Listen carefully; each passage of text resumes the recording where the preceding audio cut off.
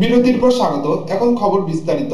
মুম্বাই হামলার কায়দায় সিডনির মার্টিন প্লেসের ক্যাফেতে আত্মঘাতী জঙ্গির হাতে এখনো এক ভারতীয় সহ পণবন্দী 15 জন, মুক্ত হয় 6 জন। বন্দুকবাজের সঙ্গে কথাবার্তা শুরু হয়েছে পুলিশের তরফে এক সাংবাদিক বৈঠকে একথা জানানো হয়েছে। মুম্বাই হামলার কায়দায় সিডনির মার্টিন প্লেসের ক্যাফেতে আত্মঘাতী জঙ্গির হাতে এখনও এক ভারতীয় সহ পণবন্দী 15 জন, মুক্ত 6। বন্দুকবাজের সঙ্গে কথাবার্তা শুরু পুলিশের। বন্ধ ভারতীয় দূতাবাস। সিডনির চকোলেট ক্যাফে থেকে মুক্তি দেওয়া হলো আরও 6 জন পণবন্দীকে। সিডনি পুলিশের তরফে সাংবাদিক বৈঠকে একথা জানানো হয়েছে।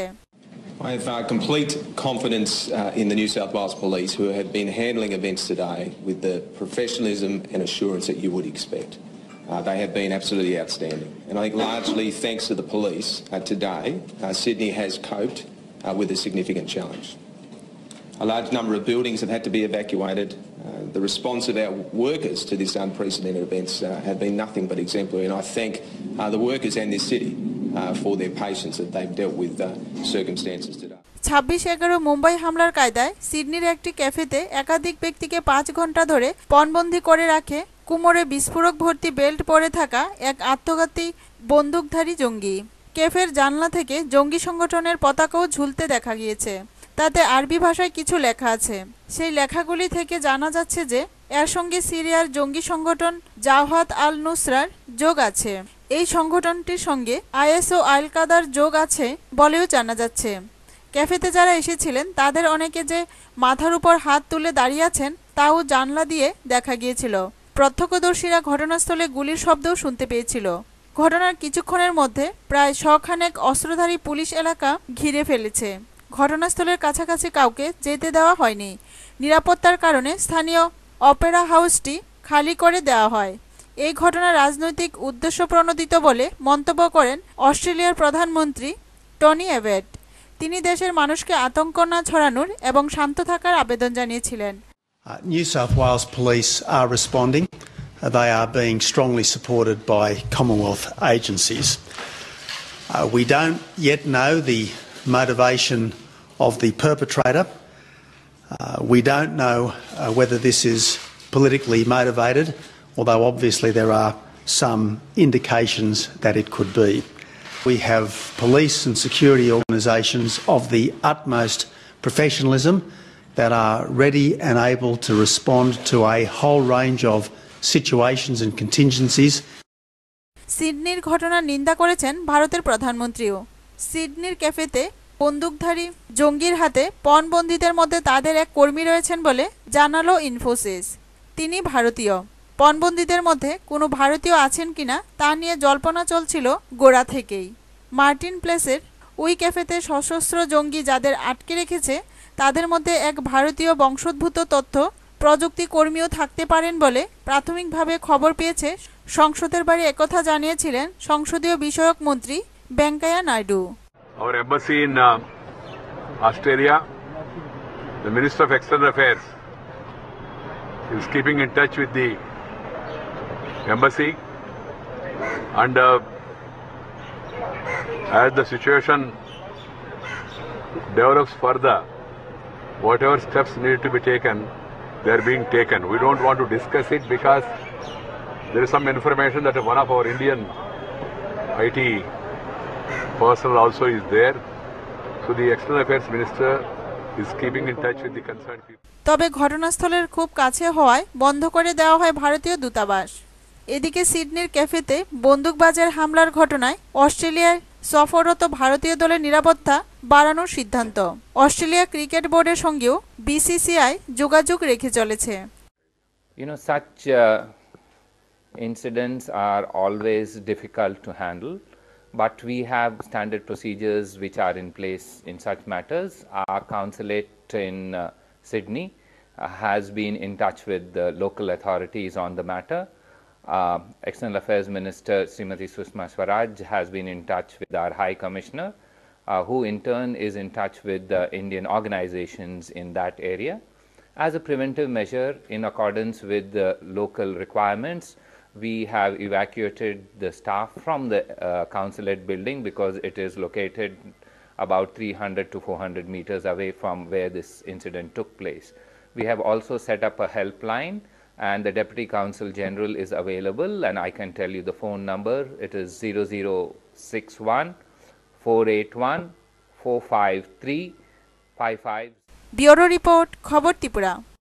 প্রধানমন্ত্রী নরেন্দ্র মোদীর উপর হামলা করতে পারে মাওবাদীরা। কেন্দ্রীয় গোয়েন্দা সংস্থাগুলি এরকমই আশঙ্কা প্রকাশ করেছে। এই সংক্রান্ত বেশ কিছু প্রমাণও তাদের হাতে এসেছে বলে জানা গিয়েছে। প্রধানমন্ত্রী নরেন্দ্র মোদীর উপর হামলা করতে পারে মাওবাদীরা। কেন্দ্রীয় গোয়েন্দা সংস্থাগুলি এরকমই আশঙ্কা প্রকাশ করেছে। এই সংক্রান্ত বেশ কিছু প্রমাণও তাদের হাতে এসেছে বলে জানা গিয়েছে। সোমবার ভোট প্রচারে মাও অধ্যুষিত রাজ্য ঝাড়খণ্ড গিয়েছেন মোদী। ঠিক তার আগে প্রধানমন্ত্রীর উপর মাওবাদী হামলার আশঙ্কার তথ্য প্রকাশ হওয়ায় গোয়েন্দাদের কপালে চিন্তার ভাঁজ পড়েছে। সূত্রের খবর, গত কয়েক সপ্তাহ ধরে ধৃত মাওবাদী জঙ্গিদের হেফাজত থেকে উদ্ধার হওয়া ল্যাপটপ থেকে বেশ কিছু ভিডিও ফুটেজ গোয়েন্দাদের হাতে এসেছে। সেখান থেকে জানা গিয়েছে প্রধানমন্ত্রীর নির্বাচনী সফরের সময় তার উপর হামলার ছক কষেছে মাওবাদীরা। ভিডিওগুলি ভালো করে খতিয়ে দেখছে আইবি ও জাতীয় তদন্তকারী সংস্থা। গোয়েন্দাদের প্রাথমিক অনুমান, ভিডিও থেকে মোদির জন্য কী ধরনের নিরাপত্তা ব্যবস্থা রয়েছে তা বোঝার চেষ্টা করছে মাওবাদীরা। সম্প্রতি ছত্তিশগড়ে সিআরপি জওয়ানদের উপর হামলা চালিয়েছে মাওবাদীরা। এবার তারা আরও বড় হামলার প্রস্তুতি নিচ্ছে। সম্ভবত প্রধানমন্ত্রীর জনসভাতে হামলা চালানোই মাওবাদীদের লক্ষ্য বলে সন্দেহ প্রকাশ করছেন গোয়েন্দারা। এই তথ্য মেলার পরই মোদির নিরাপত্তা নিশ্ছিদ্র করা হয়। প্রধানমন্ত্রীর জনসভাস্থলকে নিরাপত্তার চাদরে মুড়ে ফেলা হয়। এছাড়া জনসভামুখী কয়েকটি রাস্তায় নজরদারি চালানো হয়। ব্যুরো রিপোর্ট, খবর ত্রিপুরা। ধর্মনগর বিবিএ প্রাঙ্গণে শুরু হলো 5 দিনব্যাপী জেলাভিত্তিক হস্ততাঁত বস্ত্রমেলা 2014। মেলার উদ্বোধন করেন মন্ত্রী বিজিতা নাথ। হস্ততাঁত, হস্তকারু ও রেশম শিল্প দপ্তরের ব্যবস্থাপনায় এবং ভারত সরকারের বস্ত্র মন্ত্রকের সার্বিক সহযোগিতায় ধর্মনগর বিবিআই প্রাঙ্গণে 5 দিনব্যাপী শুরু হলো জেলাভিত্তিক হস্ততাঁত বস্ত্রমেলা 2014। এই মেলার শুভ উদ্বোধন করেন সমাজ কল্যাণ ও সমাজ শিক্ষা দপ্তরের মন্ত্রী বিজিতা নাথ। উদ্বোধনী অনুষ্ঠান মঞ্চে উপস্থিত ছিলেন প্রধান অতিথি বিধায়ক সুবোধ দাস, বিশেষ অতিথি প্রাক্তন বিধায়ক অমিতাভ দত্ত, পুর পরিষদের chairman Ratnamaheshwar Das, vice chairman Swapan Chanda, সম্মানিত অতিথি ডিসিএম নগেন্দ্র দেববর্মা এবং সভাপতিত্ব করেন উত্তর জেলার জেলা পরিষদের সভাধিপতি প্রতিমা দাস। উদ্বোধনী সঙ্গীত পরিবেশন করেন তথ্য কেন্দ্রের শিল্পীবৃন্দ। আমাদের রাজ্যের কুটির শিল্প অনেক পুরনো দিনের ঐতিহ্য। শুধু আমাদের দেশ রাজ্যের না, বিভিন্ন রাজ্যেরই এমন বিভিন্ন বিষয়ের উপরে নৈপুণ্য রয়েছে, কিন্তু এদেরকে সঠিকভাবে যত্ন করে বাঁচিয়ে রাখার জন্য যাদের উদ্যোগ নেওয়ার কথা আমাদের রাষ্ট্রের বা জাতীয় স্তরের, সেই ধরনের বিশেষ কোনো উদ্যোগ আমরা লক্ষ্য করতে পারছি না। তার জন্য রাজ্যে রাজ্যে এসব ছোট ছোট শিল্পী যাকে ভিত্তি করে নিজের জীবিকা নির্বাহ করবার উদ্যোগ গ্রহণ করে থাকেন, তারা সেখান থেকে স্লিপ করছেন, অন্যত্র অন্য কাজের সঙ্গে যুক্ত হয়ে যাচ্ছেন। আমরা সঠিকভাবে তাদেরকে যত্ন করতে পারছি। স্বাগত ভাষণ রাখেন দপ্তরের জেলা অধিকর্তা সজলকান্তি দাস। এখন পর্যন্ত 25টি স্টল খোলা হয়েছে। ব্যুরো রিপোর্ট, খবর ত্রিপুরা। নিয়ে নিচ্ছে আবার একটি বিজ্ঞাপন বিরতি, সঙ্গে থাকুন। বিজেপি দলের সর্বভারতীয় সম্পাদক ডক্টর দীনেশ শর্মা ও ত্রিপুরা পর্যবেক্ষক সুনীল দেওধর রাজধানী কৃষ্ণনগরস্থিত দলের ত্রিপুরা প্রদেশ কার্যালয়ে আয়োজিত এক সাংবাদিক সম্মেলনে একথা জানান তারা। বর্তমানে সারা ভারতব্যাপী বিজেপি দলের সদস্যপদ গ্রহণ কর্মসূচি চলছে। আগামী 31 মার্চ পর্যন্ত চলবে এই অভিযান। সারা দেশের সঙ্গে ত্রিপুরা রাজ্যেও চলছে এই কর্মসূচি। তা খতিয়ে দেখতে সোমবার আগরতলা আসেন বিজেপি দলের সর্বভারতীয় সম্পাদক ডক্টর দীনেশ শর্মা ও ত্রিপুরা পর্যবেক্ষক সুনীল দেওধর। সোমবার তারা আগরতলার কৃষ্ণনগরস্থিত দলের ত্রিপুরা প্রদেশ কার্যালয়ে এক সাংবাদিক সম্মেলনের আয়োজন করেন। এই সাংবাদিক সম্মেলনে ডক্টর দীনেশ শর্মা সদস্যপদ গ্রহণের বিষয়ে বিস্তারিত জানান। পাশাপাশি তিনি ত্রিপুরায় দলের সদস্যপদ গ্রহণ কর্মসূচির বিষয়ে সন্তোষ প্রকাশ করেন। সেই সঙ্গে তিনি আরও জানান, আগামী 31 মার্চ 2015 সালের পর বিজেপি বিশ্বের সবচেয়ে বড় রাজনৈতিক দলে পরিণত হবে। पूरे देश में जिस प्रकार से भारतीय जनता पार्टी के प्रति आकर्षण बढ़ रहा है,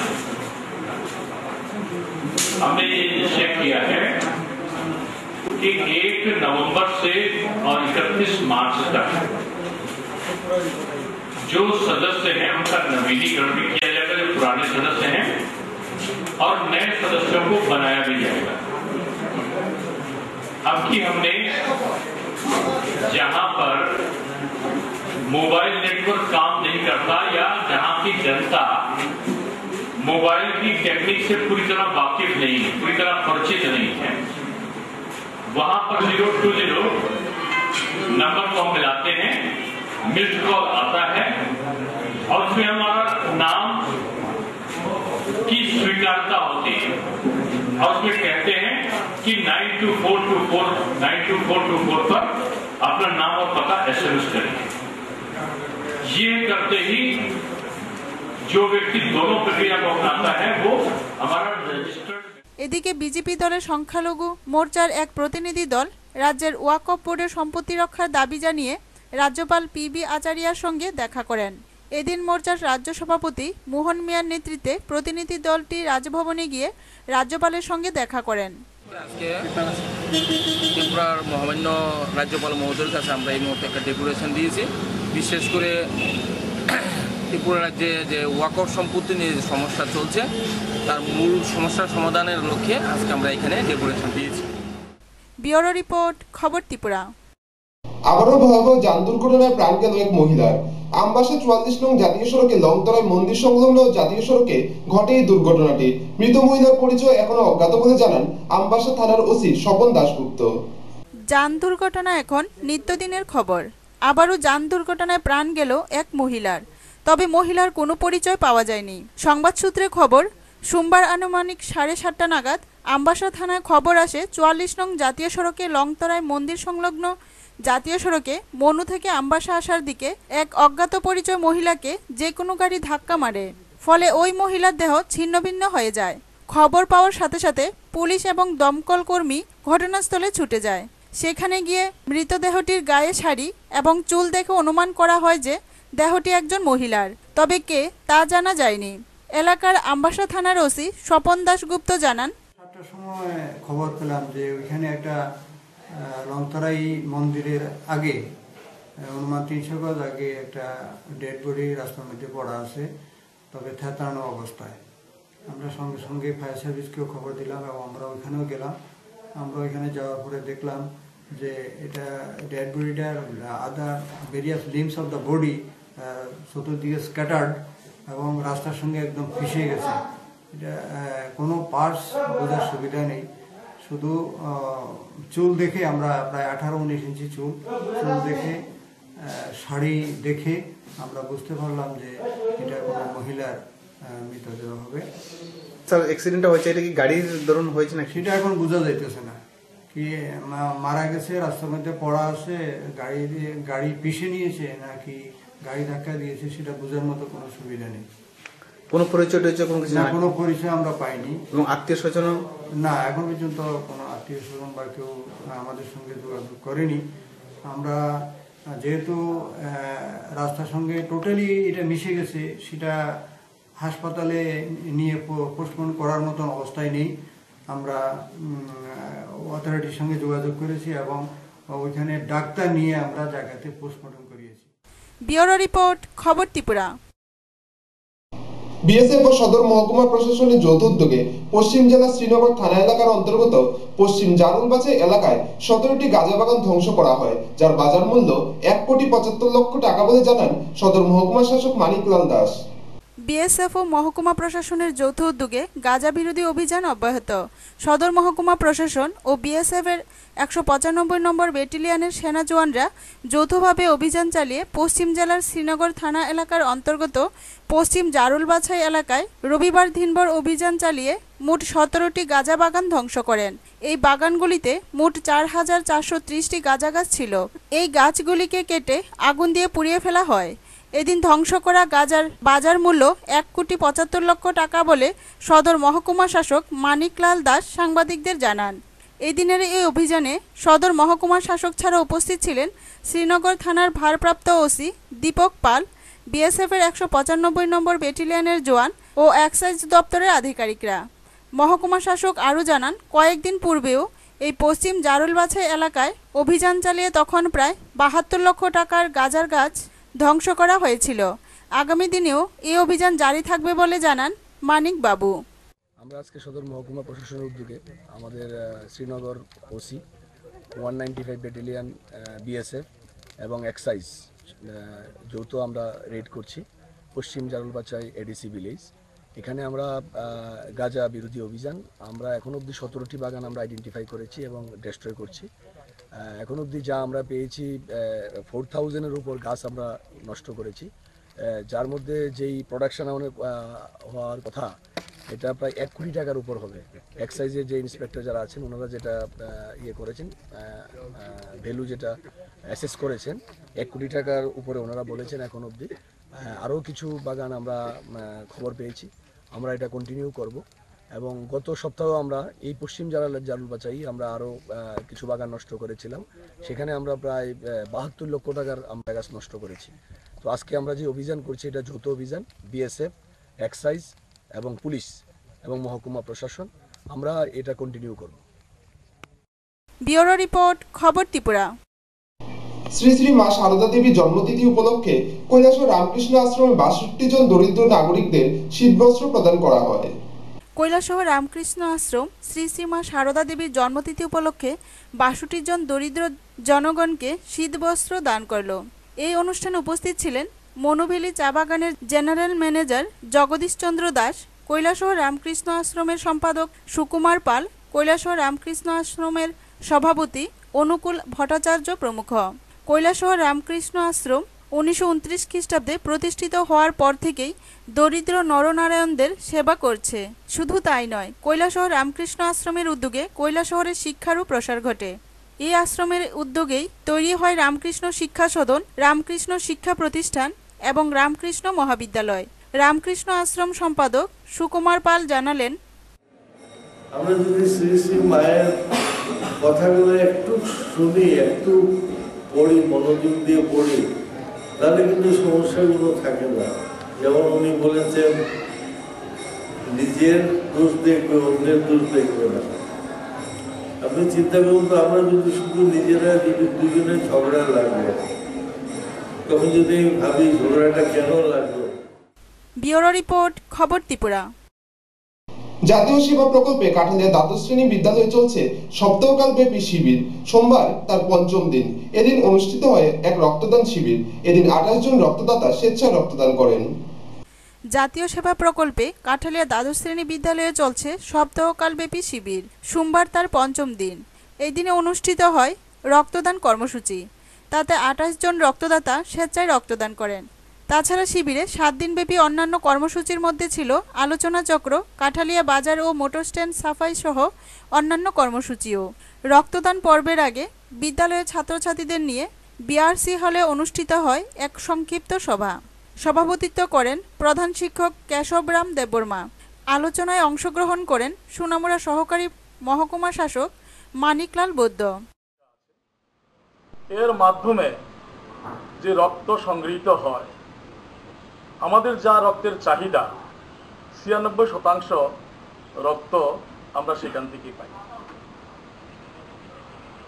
কাজেই এখন আমাদের মধ্যে আর এই কুসংস্কার, জাতপাত, হিন্দু মুসলিম এইসব ভয়ভীতি নেই। আমরা রক্ত দিচ্ছি অকাতরে, যাতে আরেকজনের আমার রক্ত দিয়ে। এছাড়াও আলোচনায় অংশগ্রহণ করেন ডক্টর দেবজ্যোতি চৌধুরী। দ্বিতীয় পর্বে দ্বাদশ শ্রেণী বিদ্যালয়ের উপজাতি ছাত্রাবাসের কনফারেন্স হলে অনুষ্ঠিত হয় রক্তদান পর্ব। বিদ্যালয়ের এনএসএস প্রোগ্রাম অফিসার নূর হোসেন জানান, উৎসবমুখর পরিবেশে স্বেচ্ছায় প্রাক্তন এবং চলমান ছাত্রছাত্রীরা রক্তদান পর্বে অংশ নিয়েছে। শেষ পর্যন্ত সংখ্যাটা আরও বাড়বে। হায়ার সেকেন্ডারি স্কুলের এনএসএস প্রোগ্রাম অফিসার। আমাদের এনএসএস ইউনিটের যে 7 দিনব্যাপী বিশেষ শিবির চলছে, এর পঞ্চম দিনে আমরা ব্লাড ডোনেশন ক্যাম্প করতে যাচ্ছি। আমাদের লক্ষ্যমাত্রা ছিল প্রায় 35 থেকে 40। কিছুদিন আগে যদিও এখানে একটা ব্লাড ডোনেশন ক্যাম্প হয়ে গেছে, তারপরে আমরা কিন্তু বড় একটা লক্ষ্যমাত্রার দিকে এগোচ্ছি। আমাদের শুরু হয়ে গেছে, এখন পর্যন্ত 7-8 জন দিয়েছে অলরেডি। এখন আমাদের ভালোই চলছে। আমাদের আরও 2 দিন প্রোগ্রাম রয়ে গেছে। 17 তারিখ আমাদের 7 দিনের বিশেষ শিবির শেষ হবে। আমি কাঠালিয়া এনএসএস ইউনিটের পক্ষ থেকে সবাইকে ধন্যবাদ জানাচ্ছি এই প্রোগ্রামকে সাফল্যমণ্ডিত। কাঠালিয়া থেকে নারায়ণ বদ্দের রিপোর্ট, খবর ত্রিপুরা। কেন্দ্রীয় কমিটির নেতৃবৃন্দের উপস্থিতিতে তেলিয়ামুড়া মহকুমায় আত্মপ্রকাশ করল বৈদিক ব্রাহ্মণ সমাজ। কেন্দ্রীয় কমিটির নেতৃবৃন্দের উপস্থিতিতে তেলিয়ামুড়া মহকুমায় আত্মপ্রকাশ করল বৈদিক ব্রাহ্মণ সমাজ। রবিবার বেলা 11টায় তেলিয়ামুড়া চৈতন্য আশ্রমে প্রথম সম্মেলনের মাধ্যমে ব্রাহ্মণ সমাজের নতুন সংগঠনকে শিলমোহর দিয়ে যায় বৈদিক ব্রাহ্মণ সমাজের রাজ্য সভাপতি মানিকলাল ঠাকুরতা। সম্পূর্ণ অরাজনৈতিক দৃষ্টিভঙ্গিকে সামনে রেখে ব্রাহ্মণ সমাজের কৃষ্টি সংস্কৃতি পুনরুদ্ধারের লক্ষ্যে মহকুমার সমস্ত ব্রাহ্মণ সমাজকে একত্রিত করে বৈদিক ব্রাহ্মণ সমাজ সমাজের মঙ্গলার্থে কাজ চালিয়ে যাওয়ার অঙ্গীকারবদ্ধে আবদ্ধ হয় তেলিয়ামুড়া মহকুমায়। রবিবার তেলিয়ামুড়ায় বৈদিক ব্রাহ্মণ সমাজের প্রথম সম্মেলনে অন্যান্য নেতৃবৃন্দের মধ্যে উপস্থিত ছিলেন রাজ্য কমিটির সহসভাপতি জীবন কৃষ্ণ ভট্টাচার্য, সহ সম্পাদক শিবদাস ভট্টাচার্য, সম্পাদক চন্দন চক্রবর্তী, অরুণ আচার্য, অমর চক্রবর্তী, সুকুমার ভট্টাচার্য প্রমুখ। সম্মেলনে সভাপতিত্ব করেন মৃণাল চক্রবর্তী। সম্মেলনে প্রধান অতিথির ভাষণে মানিকলাল ঠাকুরতা বলেন, একটা আঞ্চলিক সম্মেলন করার জন্য সম্মেলনের আমাদের মেইন উদ্দেশ্য হলো একটা অরাজনৈতিক। আমাদের এই সমিতিতে কংগ্রেসের লোকও থাকবে, সিপিএমের লোক থাকবে, বিজেপির লোক থাকবে, আমাদের মধ্যে কোনো ভেদাভেদ থাকবে না। আমাদের মূল উদ্দেশ্যটা হলো আমরা তো বয়স হয়ে গেছে, 2 দিন পরে চলে যাব। এই ব্রাহ্মণ সমাজের যে রাজনৈতিক যজন ক্রিয়াগুলি বিলুপ্ত হয়ে যাচ্ছে, সেইগুলিকে পুনরুদ্ধার করার জন্য, নূতনভাবে নূতন ছেলে মেয়েদের এই দিকে আকৃষ্ট করার জন্য এবং সঠিকভাবে মন্ত্র উচ্চারণের মাধ্যমে আলোচনা করে তা নয়। ব্রাহ্মণত্ব একটা বিশেষ গুণ, যেখানে অহিংসা, সমতা, পুষ্টি এইগুলি প্রবল হয়ে দেখা যাবে চরিত্রের। সেইগুলিকে বিকাশ করার জন্য আমরা এসেছি।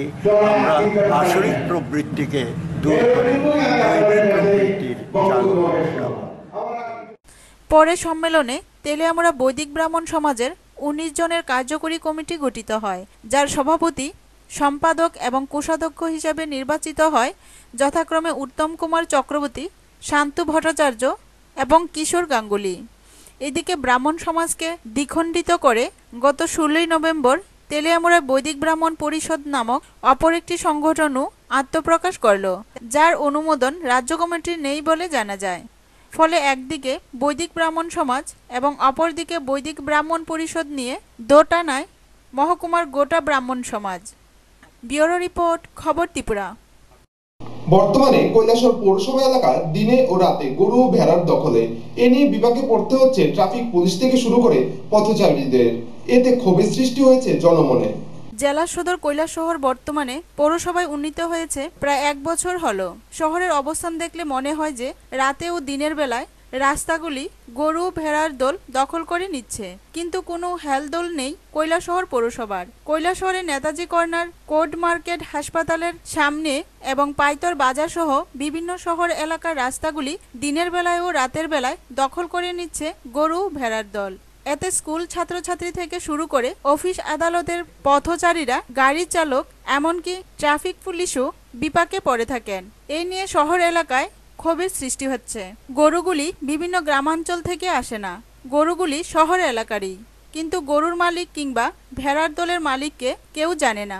গরুগুলি পথচারী থেকে শুরু করে গাড়ি চালকদের অসুবিধা করলেও কৈলাসহর পৌরসভার কর্মকর্তারা সবকিছু দেখেও নীরব। কৈলাসহরবাসীর অভিমত, গরুগুলি যদি ধরে পৌরসভা কর্তৃপক্ষ একটি জায়গায় জড়ো করে রাখত, তাহলে গরুর মালিকও চেনা যেত, আর ফাইন করলে রাজস্বও আদায় হতো।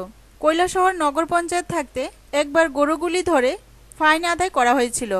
এই ব্যাপারে পৌরসভার ভাইস চেয়ারম্যান কান্তিলাল দেব জানান, ধারাবাহিক একটা প্রক্রিয়া এবং আমাদের পৌর এলাকার একটা সমস্যা বলা যায়। তবে আগে যেইভাবে